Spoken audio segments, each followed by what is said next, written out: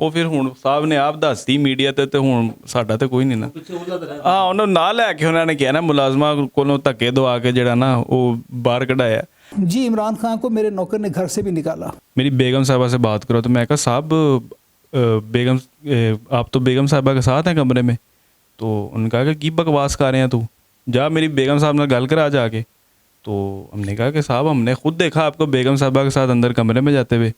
तो वो गालियाँ निकालने शुरू हो गए। वो कहते हैं कि दफ़ा हो फ़ौरन जा उत्थे ते जो भी है बेगम साहबा ਨੂੰ ਧੱਕੇ ਮਾਰ ਕੇ ਜਿਹੜਾ ਨਾ ਬਾਹਰ ਕੱਢ।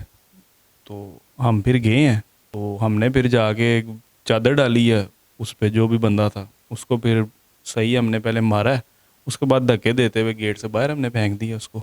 तो इसको मैंने जज्बात में आके यकीन करें कि मेरे से बहुत ज़्यादा तलखलामी भी हुई, उससे पिंकी थोड़ा नाराज़ भी मेरे से हो गई थी।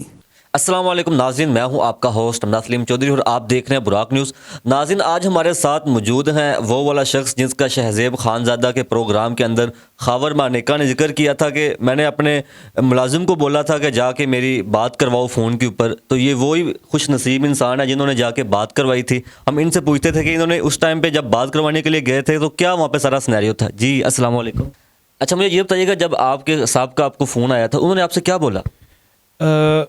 पहले जब फ़ोन आया ना तो साहब ने असल वो मतलब उन्होंने हमें कहा कि मेरी बेगम साहबा से बात करो। तो मैं कहा साहब आप तो बेगम साहबा के साथ हैं कमरे में। तो उन्होंने कहा कि बकवास कर रहे हैं तू, जा मेरी बेगम साहब ने गल करा जाके।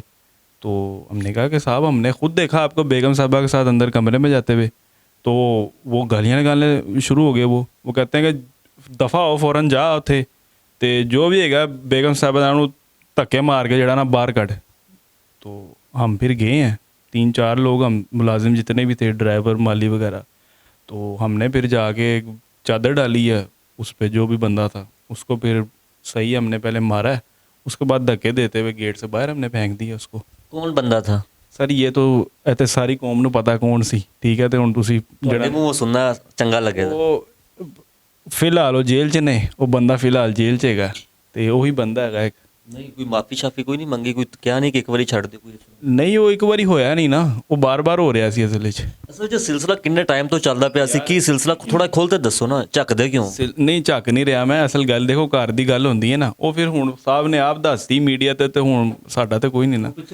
ਹਾਂ, ਉਹਨੂੰ ਨਾਲ ਲੈ ਕੇ ਉਹਨਾਂ ਨੇ ਕਿਹਾ ਨਾ ਮੁਲਾਜ਼ਮਾਂ ਕੋਲੋਂ ਧੱਕੇ ਦਵਾ ਕੇ ਜਿਹੜਾ ਨਾ ਉਹ ਬਾਹਰ ਕਢਾਇਆ। ਤੇ ਉਹ ਹੋ ਰਿਹਾ ਸੀ, ਕਾਫੀ ਟਾਈਮ ਤੋਂ ਹੋ ਰਿਹਾ ਸੀ, ਠੀਕ ਹੈ। ਲੇਕਿਨ ਉਹ ਸਾਹਿਬ ਦੇ ਨੋਟਿਸ ਵਿੱਚ ਸ਼ਾਇਦ ਨਹੀਂ ਸੀ ਇਹ ਚੀਜ਼।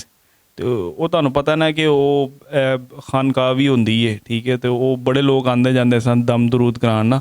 ਤੇ ਇਹ ਫਿਰ ਜਿਹੜਾ ਨਾ ਉਹ ਅਸਲ ਵਿੱਚ ਦਮ ਦਾ ਜਿਹੜਾ ਸਿਲਸਿਲਾ ਹੁੰਦਾ ਤਾਂ ਮਗਰਬ ਤੋਂ ਪਹਿਲੇ ਹੀ ਮੁੱਕ ਜਾਂਦਾ, ਲੇਕਿਨ ਇਹ ਕੁਝ ਜ਼ਰਾ ਲੰਮਾ ਹੀ ਚੱਲ ਰਿਹਾ ਸੀ ਨਾ। ਤੇ ਉਹ ਸਾਹਿਬ ਨੂੰ ਫਿਰ ਜਦੋਂ ਤਸ਼ਵੀਸ਼ ਹੋਈ ਹੈ ਤੇ ਉਹਨਾਂ ਨੇ ਕਿਹਾ ਕਿ ਯਾਰ ਇਹ ਤਾਂ ਵੇਖਣਾ ਪਏਗਾ।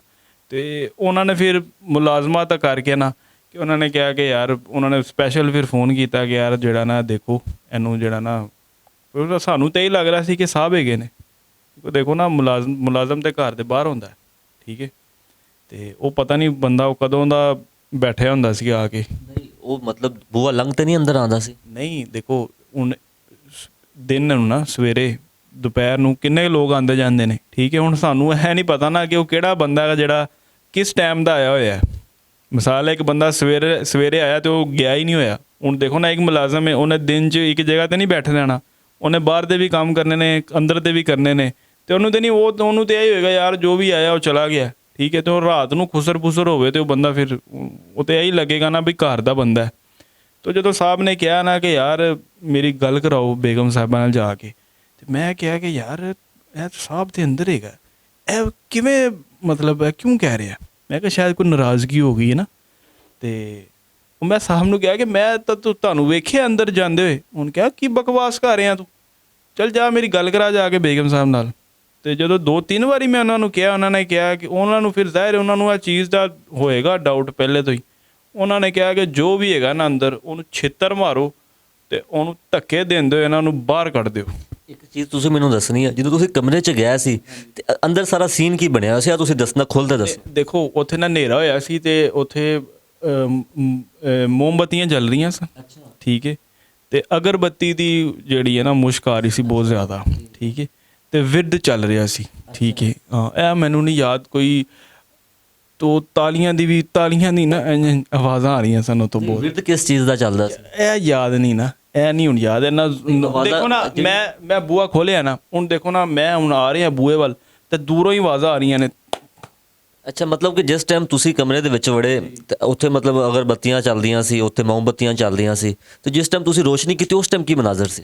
ਦੇਖੋ ਜਦੋਂ ਅਸੀਂ ਕਮਰੇ ਵੱਲ ਜਾ ਰਹੇ ਸੀ ਨਾ ਤੇ ਸਾਨੂੰ ਨਾ ਤਾਲੀਆਂ ਦੀ ਆਵਾਜ਼ ਆ ਰਹੀਆਂ ਸੀ ਠੀਕ ਹੈ ਅਸੀਂ ਸਮਝੇ ਕਿ ਸ਼ਾਇਦ ਨਾ ਕੋਈ ਅੰਦਰ ਸਾਲਗਿਰਾ ਹੋ ਰਹੀ ਹੈ ਠੀਕ ਹੈ ਕਿਉਂਕਿ ਯਾਰ ਦੇਖੋ ਘਰ ਦਾ ਤੇ ਮੁਲਾਜ਼ਮ ਦਾ ਉਹ ਨਹੀਂ ਹੁੰਦਾ ਪਰਦਾ ਹੀ ਹੁੰਦਾ ਤੁਹਾਨੂੰ ਪਤਾ ਹੀ ਹੈ ਤੇ ਜਦੋਂ ਉਹ ਕਿਉਂਕਿ ਸਾਹਿਬ ਨੇ ਸਾਨੂੰ ਕਿਹਾ ਹੋਇਆ ਸੀ ਤੇ ਅਸੀਂ ਜਦੋਂ ਬੂਹਾ ਖੋਲ੍ਹਿਆ ਨਾ ਤੇ ਸਾਡੇ ਤੇ ਪਸੀਨੇ ਛੁੱਟ ਗਏ ਠੀਕ ਹੈ ਤੇ ਉਹਦੇ ਬਾਅਦ ਫਿਰ ਸਾਨੂੰ ਯਾਦ ਆਇਆ ਸੀ ਤੇ ਕਿਹੜੇ ਕੰਮ ਆਇਆ ਫਿਰ ਅਸੀਂ ਜਿਹੜਾ ਨਾ ਉਹਨੂੰ ਬੰਦੇ ਨੂੰ ਅਸੀਂ ਜਿਹੜਾ ਨਾ ਉਹਨੂੰ ਫਿਰ ਚੁੱਕ ਕੇ ਬਾਹਰ ਕੱਢਿਆ ਠੀਕ ਹੈ ਅਸੀਂ ਕਿਹਾ ਭਾਈ ਜਾ ਤੂੰ ਕੰਮ ਕਰ ਆਪਣਾ ਤੂੰ ਕੀ ਕਿਹੜੇ ਕੰਮ ਲੱਗੇ ਹੋਏ ਆ ਤੁਸੀਂ ਇੰਨੇ ਪਿਆਰ ਨਾਲ ਕਿਹਾ ਤੁਸੀਂ ਜਾ ਭਾਈ ਨਹੀਂ ਉਹ ਦੇਖੋ ਉਹ ਹੁੰਦਾ ਕਿ ਬੰਦਾ ਕਿਸੇ ਨੂੰ ਪਿਆਰ ਨਾਲ ਇੱਕ ਵਾਰੀ ਕਵੇ ਨਾ ਉਹ ਗੱਲ ਨਾ ਮੰਨੇ ਨਾ ਫਿਰ ਜਿਹੜਾ ਨਾ ਜ਼ੋਰ ਅਜ਼ਮਾਈ ਹੁੰਦੀ ਹੈ ਠੀਕ ਹੈ ਤੇ ਉਹ ਪਿਆਰ ਨਾਲ ਨਹੀਂ ਉਹਨੇ ਮੰਨੀ ਫਿਰ ਸਾਨੂੰ ਕਰਨੀ ਵੀ ਜ਼ੋਰ ਅਜ਼ਮਾਈ ਜਦੋਂ ਉਹ ਬੰਦਾ ਫਿਰ ਪਾਵਰ ਵਿੱਚ ਆਇਆ ਉਹਦਾ ਤੁਹਾਨੂੰ ਕੋਈ ਨੁਕਸਾਨ ਉਠਾਉਣਾ ਪਿਆ ਉਹ ਕੁੱਟ-ਕੁਟਾਈ ਇਹੀ ਹੋਇਆ ਕਿ ਸਾਨੂੰ ਫਿਰ ਨੌਕਰੀ ਤੋਂ ਹੱਥ ਧੋਣਾ ਪਿਆ ਸਾਨੂੰ ਤੁਸੀਂ ਨੌਕਰੀ ਤੋਂ ਫਾਰਗ ਹੋ ਗਏ? ਹਾਂਜੀ ਉਸੇ ਟਾਈਮ ਹੀ ਤੁਸੀਂ ਕਿਰੇ ਕੰਮ ਕਰ ਰਹੇ ਹੋ ਨਾ ਤੇ ਮਤਲਬ ਤੁਹਾਡਾ ਫਰਜ਼ ਹੈ ਕਿ